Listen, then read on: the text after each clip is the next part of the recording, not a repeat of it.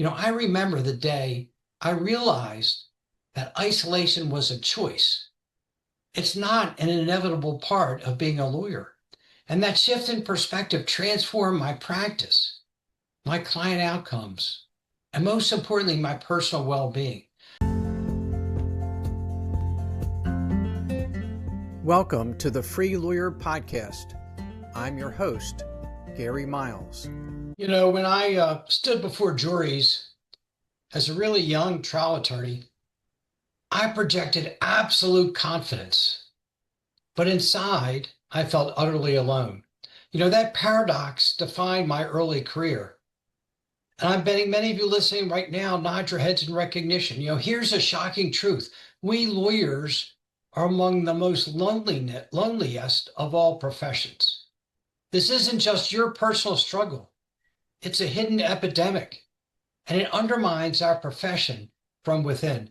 And today I'm going to share with you what I've learned about breaking free from this isolation after 40 years in the legal trenches. Isolation as a lawyer is really a huge problem.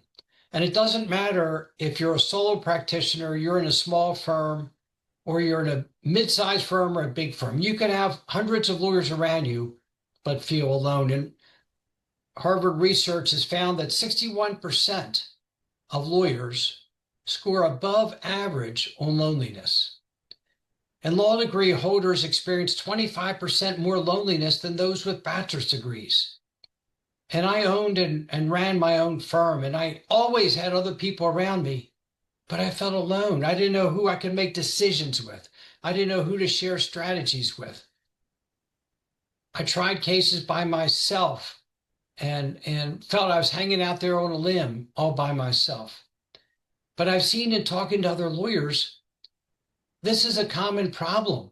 It's not just me and my example as an individual attorney, a solo practitioner for part of my time and managing a small firm other parts. So many of us feel this loneliness, this isolation. Why is that? Why does our profession breed such disconnection? Some of it has to do with the structure of our practices. Of course, if you're a solo practitioner, by definition, you feel alone. But if you're in a firm, you probably are specialized into a fairly narrow niche, and you don't have connections or relationships to any great extent with people in other departments.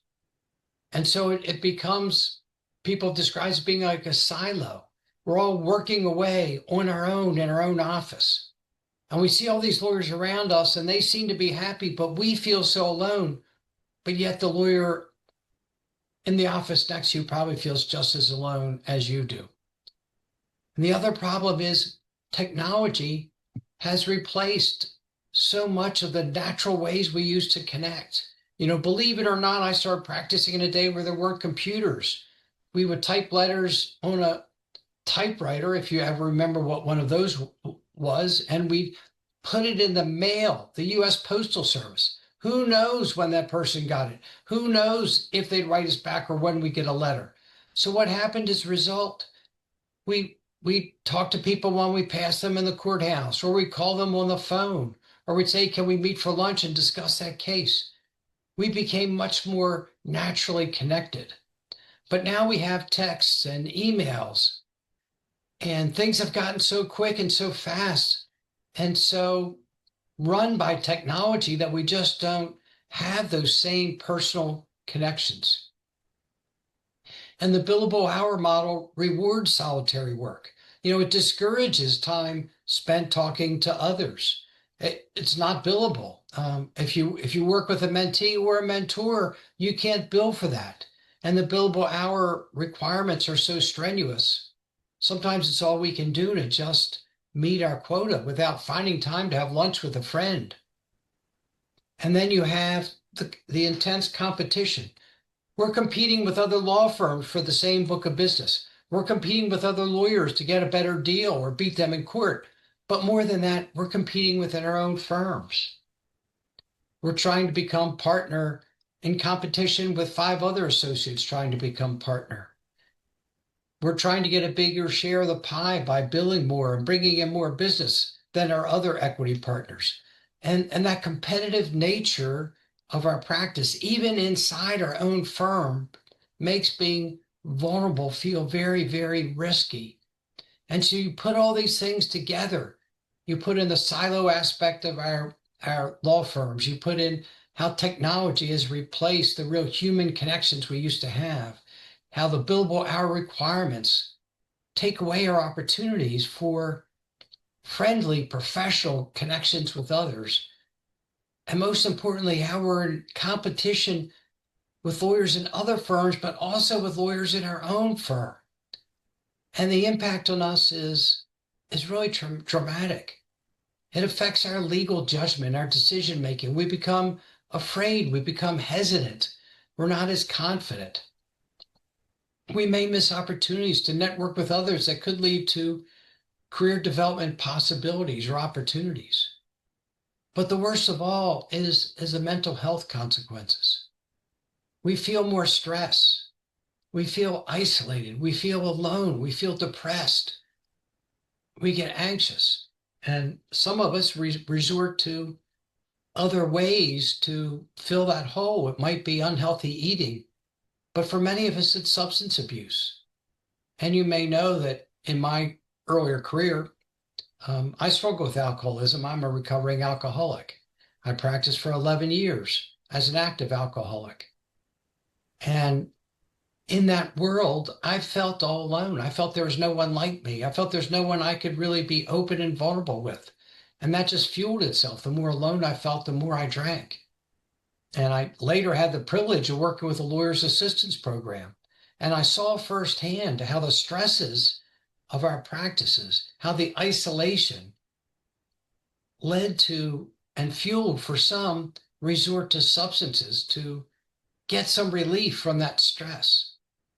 So I'm going to share with you a couple ways that I could suggest, even in this modern world, that you build better connections with other professionals. The first is have a one-on-one mentoring relationship with someone. I was mentored by one of the best trial lawyers in the state of Maryland, and we had a very close relationship, and he taught me so much. I was mentored by David Silverberg, one of the best family lawyers in Maryland, still practicing, at a very mature age. And he taught me so much about how to be a family lawyer. And today I have the opportunity to coach and mentor so many other lawyers and help them accomplish their dreams. Mentorship can bring so many advantages. My relationships with my coaching clients, I help them to feel more confident. I affirm in them the traits I see that are positive, that are good. I see their strengths. I see their strengths better than they do. They have an opportunity to completely open themselves up and to be transparent and honest and share where they really are, to share their concerns, their fears, their confusion, their stress. It's all confidential. And they can listen to someone who empathetically hears them and understands and offers guidance. I can offer them constructive solutions to some of the stresses they have in their day. I see in them a vision for what their future can be more than they can see it in themselves, because so often we hold ourselves back with our limited thoughts. We think we can't do any more than what we've already completed, and so therefore we miss opportunities for success. So building a relationship with a mentor is a great way to have a real personal connection. The other I would mention is to have a strategy of building a network, not just superficial connections, not just, hi, how are you, but to build it with intentionality.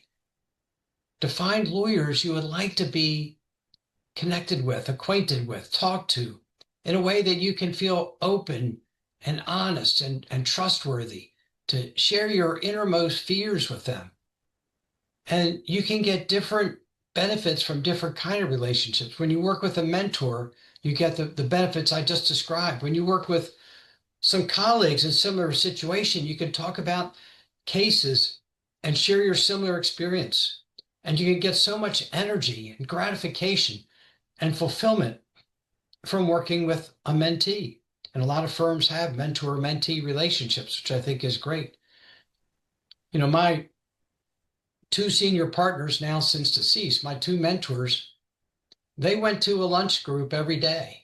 There were about 10 lawyers who were in the group, and not all would show every day, but every day, 4 or 5 or 6 of them would show. And that was just part of their daily life. They did it all the time. And they had that real human connection. They would laugh and they'd support each other.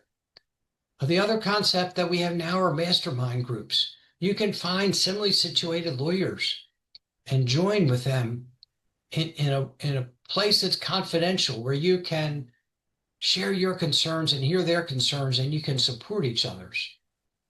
Bar associations are great as well. Find a committee in your arena and join it and get active on it. I was very active on the family law committee in the Baltimore County Bar Association. We would have dinner and a presentation once a month, and you got to know the other lawyers on a personal level that you had cases with or might have cases with. It led to more professional communications in the cases. It led to referrals. I also was very active on the lawyer assistance program. We all had a passion for helping the struggling lawyer. And most of us came from a background of recovery, so we share that as well. I suggest you think about developing an accountability partnership with some colleague you trust, where you can meet regularly, get a schedule for it, and share your wins and your challenges. Set a format for your meetings. Discuss your cases and make a commitment of what you're going to do between then and when you meet next. And then when you come back, you'll have someone who, in a kind way, in a supportive way, can hold you accountable. And the final thing, which one of my greatest experiences, was finding someone you can co-counsel in a case with, someone outside your firm that you could work together. I had a law school classmate, Irwin Weiss, one of the best trial lawyers in Maryland. And 5, 6 years ago, he called me and said, "Gary, how'd you like to handle a mold case?" I said, "Irwin, I don't know anything about mold cases." And he said, "Well, I have this client, their house was devastated by some water that came in due to the fault of a contractor. And I don't know anything about mold either, Gary, so I thought maybe you want to handle it." And then he said, "Maybe we could handle it together." And I'm very organized and analytical and structured and linear in my thinking. And Irwin had this relaxed, confident manner with the judges and the juries. And we had very different skill sets. And together, we had a grand slam. The case settlement offer on the case was $40,000, and the jury gave us $300,000. We had so much fun trying the case together. We laughed and we support each other. It was great. So what are some of the barriers we face to building these connections? The one is our priorities. Our priorities get out of whack sometimes. We always say, how often do people say, "I don't have time. I don't have time for that"? We have to bill so many hours, and we feel these constraints of time that we feel we don't have the ability to build connections, to build a network. But trust me, it's worth it. You deserve it.